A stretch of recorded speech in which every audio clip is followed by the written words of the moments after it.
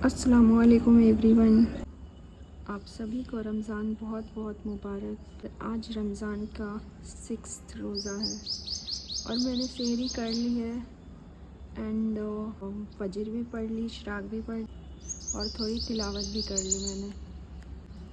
میں یہ بس آپ سے شیئر کرنا چاہتی ہوں کہ آپ کا دل جب بھی غمگین ہو، آپ جب بھی ٹینشن میں ہو، آپ پہ کوئی بھی پریشانی آ گئی ہو، چاہے وہ پریشانی کتنی بھی بڑی ہو، تو صرف ہمیں اللہ کو یاد کرنا چاہیے، کیونکہ دلوں کا سکون اور سارے پریشانی کا حل صرف اور صرف اللہ سبحانہ و تعالیٰ ہے، کیونکہ یہ ساری دنیا اللہ نے ہی بنائی ہے صرف 6 دن میں۔ تو آپ کو کیا لگتا ہے اللہ پاک پرابلم کا سولیوشن نہیں نکال سکتے ہیں؟ وہ صرف کن کہیں گے اور ہماری دعاؤں کو قبول ہونے سے کوئی بھی نہیں روک سکتا ہے۔ تو میں بس یہی کہنا چاہتی ہوں کہ کوئی بھی پرابلم ہو، کوئی بھی مسئلہ ہو، کوئی بھی آپ کو پریشانی آئے، دقت آئے، آپ غمگین ہو، آپ رو رہے ہو، صرف اور صرف اللہ کو یاد کرو۔ میں بھی یہی کرتی ہوں۔ آپ نے پڑھنی ہے لا الہ الا انت سبحانک انی کنت من الظالمین، مینس اللہ کے سوا کوئی معبود نہیں ہے اور اس کے سوا کوئی پرابلم کا سالو کرنے والا نہیں ہے، اور میں ظالموں میں سے ہوں۔ اور یہ دعا یونس علیہ السلام کی ہے۔ یونس علیہ السلام مچھلی کے پیٹ میں تھے، تب انہوں نے یہ تسبیح پڑھی چھوٹی سی، اور اللہ پاک نے ان کو مچھلی کے پیٹ سے صحیح سلامت باہر کر دیا۔ تو آپ جب بھی غمگین ہو، ٹینشن میں ہو، یہ تسبیح پڑھیں، بہت سکون ملے گا۔ اور دوسری تسبیح ہے لا حول ولا قوة الا باللہ، means there is no power except اللہ۔ تو کیوں پھر کسی پہ ریلائی کرنا ہے جب ہمیں پتہ ہے کہ سارے پرابلم کا سولیوشن، سارے مسئلے کا حل اللہ ہی پاک نکال سکتے ہیں۔ کیوں کسی کو پھر رو کر اپنی سٹوریز بتانی ہے؟ لوگ صرف اور صرف مزہ لیں گے، لوگ صرف اور صرف آپ کو سنیں گے، یا ہو سکتا ہے تھوڑا مرسی بھی کریں، بٹ اللہ پاک سے اگر آپ بولتے ہو تو اللہ پاک سنیں گے بھی، دیکھیں گے بھی آپ کو، آپ کتنے پریشان ہو، اور پھر اس پرابلم کو سالو بھی کریں گے۔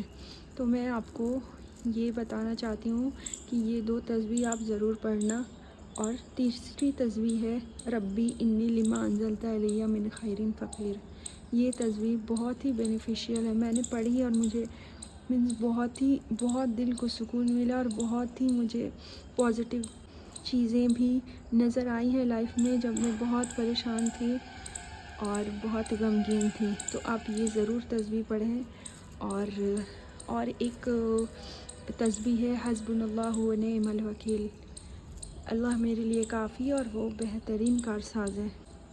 ان 4 تسبیح کو معمول بنا لیں اور ساتھ درود شریف اور استغفار ضرور پڑھیں، کیونکہ استغفار گناہ کو مٹاتا ہے۔ تو آپ یہ ایک درود شریف اور ایک استغفار کر لیں، ایک لا حول ولا قوة الا باللہ، اینڈ 4th حسبنا اللہ و نعم الوکیل، اینڈ 5th ربی انی لما انزلت الی من خیر فقیر۔